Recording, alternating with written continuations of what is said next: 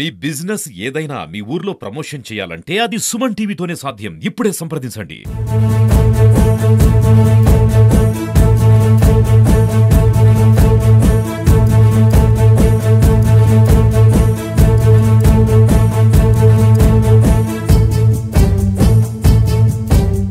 మరికొన్ని గంటల్లో కడప నగరంలో మహానాడు అంగరంగ వైభవంగా సాగుతుంది. ఇదే అంశంపై మనతో మాట్లాడడానికి ఆడగడ్డ ఎమ్మెల్యే అఖిలప్రియ గారిని రామనాడి మరిన్ని విషయాలు తెలుసుకుందాం. మేడం చెప్పండి, కడపలో మహానాడు జరగబోతుంది, ఎలా ఉండబోతుంది మహానాడు? కడప జిల్లాలో మొదటిసారి జరిగే ఈ మహానాడు కార్యక్రమము మేమందరం కూడా మా జనరేషన్ వాళ్ళు చూడడము, అదేవిధంగా రాయలసీమ ప్రజలందరూ కూడా దీనికి ఒక మంచి బిగినింగ్లా అనుకుంటున్నాము. ఎందుకంటే పార్టీ ఇప్పటి నుంచి రాయలసీమ, మీరు ఓన్లీ కడప జిల్లా చూస్తున్నారు, కానీ రాయలసీమ మొత్తం కూడా ఇప్పుడు పార్టీ ఎంత ఇంపార్టెన్స్ ఇవ్వబోతుంది, రాయలసీమ సమస్యలకు కావచ్చు, రాయలసీమ ప్రజలకు కావచ్చు ఎంత ఇంపార్టెన్స్ ఇవ్వబోతుంది అనేది కూడా ఇప్పుడు అర్థమవుతుంది. కాబట్టి తప్పకుండా ఫోకస్ కూడా రాయలసీమ మీద ఎక్కువ పెట్టడం జరుగుతుందని చెప్పి మేము అనుకుంటున్నాము. మేడం ఇంకొకటి అంటే ఇప్పుడు మనకు ఇక్కడ లోకేష్ గారు పాదయాత్ర చేసేటప్పుడు రాయలసీమ మొత్తం అంటే మన వెనకబడిన ప్రాంతం, ఈ ప్రాంతానికి మీరు లోకేష్ గారితో ఈ సమస్యల మీద ఏమైనా మాట్లాడబోతుంది? ఆల్రెడీ అసెంబ్లీలో మాట్లాడుతున్నాము.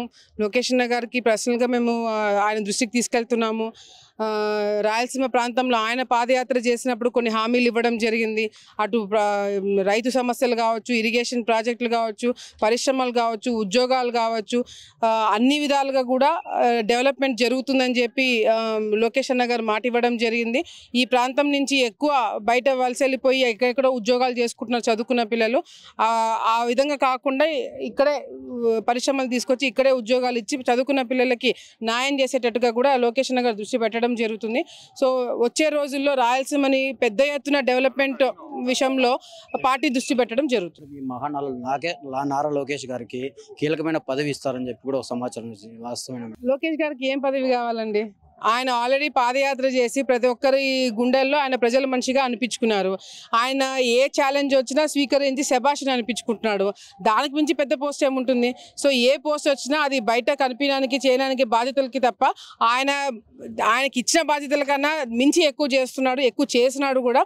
సో ఆల్రెడీ ఆయన ప్రజల మనిషి అయిపోయినాడు. ప్రజల మనిషి కన్నా పెద్ద పోస్ట్ ఉంటుందని నేను అనుకోవట్లేదు. కడపలో జరగబోయే మహానాడు అంగరంగ వైభవంగా జరుగుతుంది. ఇక్కడ రాయలసీమ, కడపలోనే కాదు రాయలసీమ ఉండే సమస్యలన్నీ ఈ మహానాడులో చర్చించి ఇక్కడున్న యువతకు కానీ ఉపాధి కానీ అన్నీ మేము చర్చించి నారా లోకేష్ గారికి కూడా చాలా బాధ్యతలు పార్టీ నుంచి ఇవ్వబోతున్నారు అని చెప్పి అఖిలప్రియ గారు చెప్తున్నారు. Video journalist సాగర్తో నాగమన్ Reddy, Suman TV, Kadapa.